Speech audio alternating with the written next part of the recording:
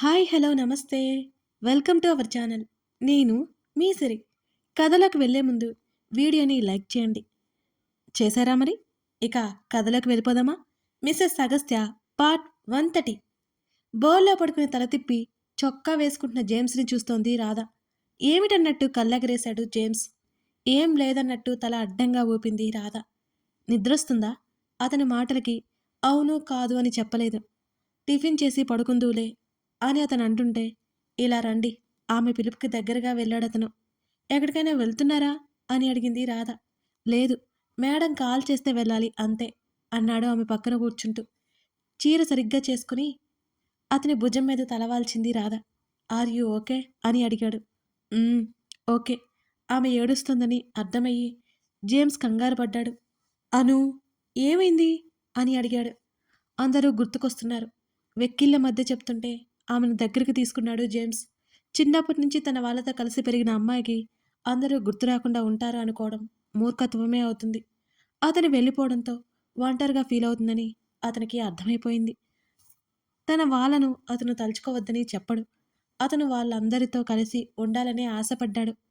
కానీ తన కళ్ళ ముందే కూతురు చచ్చిపోయింది అంటూ అనురాధ ఫోటోలకి నిప్పంటించిన అనురాధ తండ్రి గుర్తుకొస్తుంటే అతని పిడికిళ్ళు బిగుసుకుంటున్నాయి. ఆమె ఏడుస్తుంటే ఆమె చుట్టూ చేయేసి దగ్గరికి తీసుకున్నాడు. అను, అతను మృదు గంభీరంగా పిలుస్తుంటే కళ్ళు తుడుచుకుంది. సారీ అంటూ దూరం జరగబోతుంటే ఆమెని జరగనివ్వలేదతను. నీకు మొబైల్ తీసుకొస్తాను, మీ వాళ్ళతో మాట్లాడు అని అన్నాడు జేమ్స్. నాన్నని కాదని అమ్మ మాట్లాడదు. నాన్న మాటకు ఎదురు చెప్పే ధైర్యం అక్క చేయలేదు. ఆమె నిర్లిప్తంగా చెప్పింది. జేమ్స్ ఆలోచనలో పడ్డం చూసి, సారీ అండి, సడన్గా గుర్తుకొచ్చి ఏడుపొచ్చింది అని అంటూ, ఆకలేస్తుంది తిందామా అని అడిగింది రాధ. ఉండలేకపోతున్నావా ఇక్కడ? ఆ మాటకి అతని నోటి మీద చెయ్యి అడ్డు పెట్టింది రాధ. మీరలా అనుకోకండి, నాకు ఏడుపొస్తోంది అంటూ అతని గుండెల్లో ముఖం దాచుకుంది. మరి నువ్విలా ఏడుస్తుంటే నాకు కూడా నచ్చలేదుగా అని అన్నాడు జేమ్స్. ఇంకేడవను, మీరిలా అంటే నాకు కోపం వస్తుంది చెప్తున్నా అని పెదవులు బిగించి అతని చేతుల్లో పిట్టపిల్లలా ఒదిగిపోయింది అనురాధ. ఎంత బలం! అతని కండ్ర చూస్తూ ముట్టుకుంటూ అనగా చిన్నగా నవ్వాడు జేమ్స్. నలుగురిని తన్నాలంటే ఈ మాత్రం ఉండకపోతే కష్టం. ఫ్రెష్ అవ్వు, టిఫిన్ తెస్తాను అంటూ గదిలో నుంచి బయటికి నడిచాడు జేమ్స్. పడుకుందా? గదిలో నుంచి బయటకు వస్తున్న చందన్ని చూస్తూ అడిగాడు ఆనంద్. నిద్రపోయింది అంటూ జ్యూస్ తెచ్చి అతనికి అందించి పక్కనే కూర్చుంది చందన. మీతో ఒక విషయం గురించి మాట్లాడాలి. కాసేపటి తర్వాత ఆమె మాటలకి తల తిప్పి చూశాడు ఆనంద్. ఆమె నుదుటిన చిరు చెమటలు పట్టడం, ఆమె చెయ్యి ఒకదానితో ఒకటి కలిసిపోయి కంగారు చూపులు చూడ్డం అతని చూపు దాటిపోలేదు. ఆమె రెండు చేతులు కలిపి పట్టుకుని, ఏమైంది? ఎందుకంతా కంగారు పడుతున్నావు? ఏంటో చెప్పు అని అడిగాడు. నాకు ఓ ఆరోగ్య సమస్య ఉంది అనగానే అతని కనుబొమ్మలు ముడిపడ్డాయి. ఏంటి సమస్య?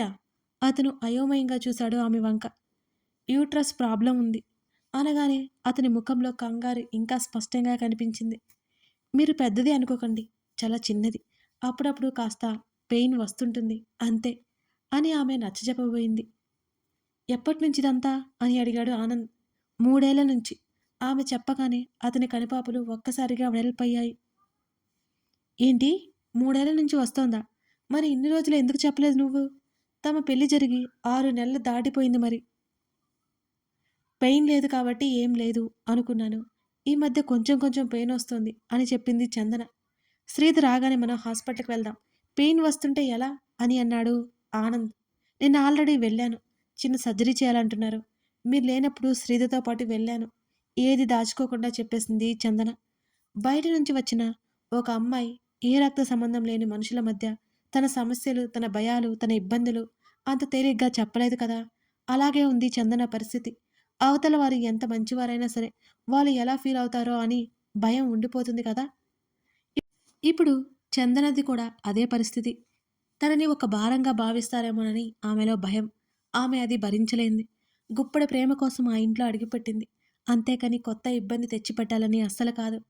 నువ్వేం కంగారు పడకు. మనం బెస్ట్ హాస్పిటల్‌లో చూయిద్దాం.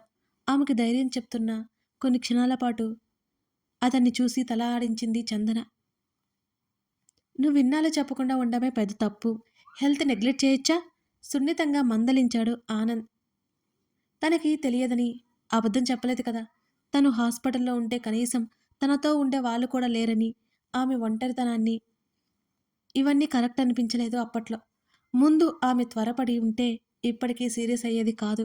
కానీ చేయి దాటిపోయింది. ఆమెకి జ్వరం వచ్చి మంచాన పడి ఉన్నా పలకరించే దిక్కే లేదు. అందుకే సర్జరీలు అంటే భయపడి మందులతో ఇన్నాళ్ళు నెట్టుకొచ్చింది. ఇక వాటి వల్ల కూడా ఉపయోగం లేదని తెలిసింది చందనకి. ఆమె సమస్య వల్ల భయపడుతుందని ఆనంద్ భావించాడు. కానీ ఆమె భయం వేరే. ఆమెకు ధైర్యం చెప్పసాగాడు. సిటీలో బెస్ట్ డాక్టర్స్ గురించి అతను ఎంక్వైరీ చేస్తున్నాడు. చందన ఆలోచనలు మాత్రం ఏటేటో ఉన్నాయి. అగస్త్య వర్క్‌లో బిజీ అయితే శ్రీధ తన రెస్టారెంట్ వర్క్స్ గురించి చెక్ చేసుకుంటోంది. ఎక్స్‌ట్రా వర్కర్స్ కూడా ఈ మధ్య జాయిన్ అయ్యారు. రోజు రోజుకి కొంచెం కొంచెం ఆర్డర్స్ పెరుగుతున్నాయి. ఆమె పెద్దగా లాభాలు ఆశించాలని అనుకోలేదు. ఒక ఉద్దేశ్యంతో మొదలుపెట్టింది. ఆ ఉద్దేశ్యం మెల్లిగా విజయం వైపు అడుగులేస్తోంది. టైం చూసిన శ్రీధకి ఒకటైనట్టు అర్థమై, అందుకే నిన్ను రాక్షసుడు అనేది అంటూ అగస్త్య టేబుల్ పక్కన నిలబడి గట్టిగా చెప్పింది శ్రీధ. ఆమె వైపు చూడకుండా అతని చూపు సిస్టమ్ వైపే ఉంది. రావణ్ అని అరిచి ఇద్దరికి లంచెస్ సర్వ్ చేసింది. అతను 10 నిమిషాలు హ్యాండ్ వాష్ చేసుకొని కూర్చున్నాడు. తింటుండగానే తండ్రికి కాల్ చేసింది శ్రీధ. అవంతి గురించి కనుక్కొని మాట్లాడి కాల్ కట్ చేసింది. శ్రీధ చాలా నిర్లక్ష్యంగా ఉంటుంది. అది ఇప్పటినుంచే కాదు, ఆమె పుట్టుక నుంచే అది ఉంది. కానీ అవంతి విషయంలో ఏదీ ఇగ్నోర్ చేయదు. ఎంత జాగ్రత్తగా ఉండాలో అంత జాగ్రత్తగా ఉంటుంది. అప్పుడప్పుడు అతనికి ఆశ్చర్యం వేస్తుంటుంది శ్రీధని చూస్తుంటే. పిల్లల దగ్గర తల్లి తీసుకునే బాధ్యత బహుశా ఏ ఒక్కరూ తీసుకోలేరేమో. ఆ ఓపిక, ఆ ప్రేమ ఏదైనా తల్లి తర్వాతే పిల్లల పట్ల అని అనిపిస్తుంటుంది అతనికి కూడా. తల్లి లేని జీవితం ఎంత శూన్యంగా వెలితిగా ఉంటుందో అతని కంటే బాగా ఎవరికి తెలుసు? ఇద్దరూ భోజనం చేసిన తర్వాత ఇంకా నీకు వర్క్ ఉందా అని అడిగింది శ్రీజ. ఈవినింగ్ మీటింగ్ ఉంది. పక్కనే కూర్చొని ఆమె వైపు చూస్తూ చెప్పాడు అగస్త్య. సరే నువ్వు అది చూసుకునిరా, నేను వెళ్తాను. అప్పటి వరకు నేనేం చేయనక్కడ అని భుజాలు కదిలించింది శ్రీజ. నెమ్మదిగా ఆమె చేతిని అందుకుని ముద్దు పెట్టుకుని వదిలాడు అగస్త్య. అరే ఇదేమి చిత్రం, నా పతిదేవుడితో ఇలాంటి కోణం కూడా ఉందా? రఫ్‌గా డీల్ చేసే తమరు ఇలా ఇంత స్మూత్‌గా ఉన్నారంటే నా చిట్టి గుండె తట్టుకోలేదే. నాటకీయంగా చెప్పి శ్రీధ మాటలకి కళ్ళు చిన్నవి చేసి చూశాడు. జోక్ చేశా జోక్, అలా చూడకు అని నవ్వింది శ్రీధ. నన్ను కదిలించి ఏడవకుండా మర్యాదగా ఇంటికి పో అని అగస్త్య అన్నాడు. ఇప్పుడు నేనేం చేశాను నిన్ను? ఉఫ్, ఎలా వెళ్తావు? డ్రైవర్‌ని తీసుకుని వెళ్ళు. లేకపోతే జేమ్స్‌కి కాల్ చెయ్యి అని అంటుంటే, అరే కొత్తగా పెళ్ళయింది వాళ్ళకి, వదిలేయ్ కొన్ని రోజులు అని మాట బయటకొచ్చేలోపే ఆపేసింది శ్రీధ. డ్రైవర్‌తో వెళ్తానులే. ఏంటో వెళ్ళు వెళ్ళు అని తెగ తోసేస్తున్నావు అంటుండగానే అతని మీదకి లాక్కున్నాడు అగస్త్య. ఎందుకు నన్ను రెచ్చగొడతావు హా?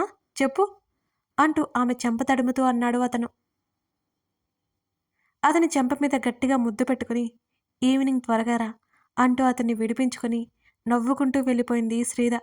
ఆమె చెప్పిన మాటలు అతని పెదవుల్లో సన్నని నవ్వుని రప్పించాయి.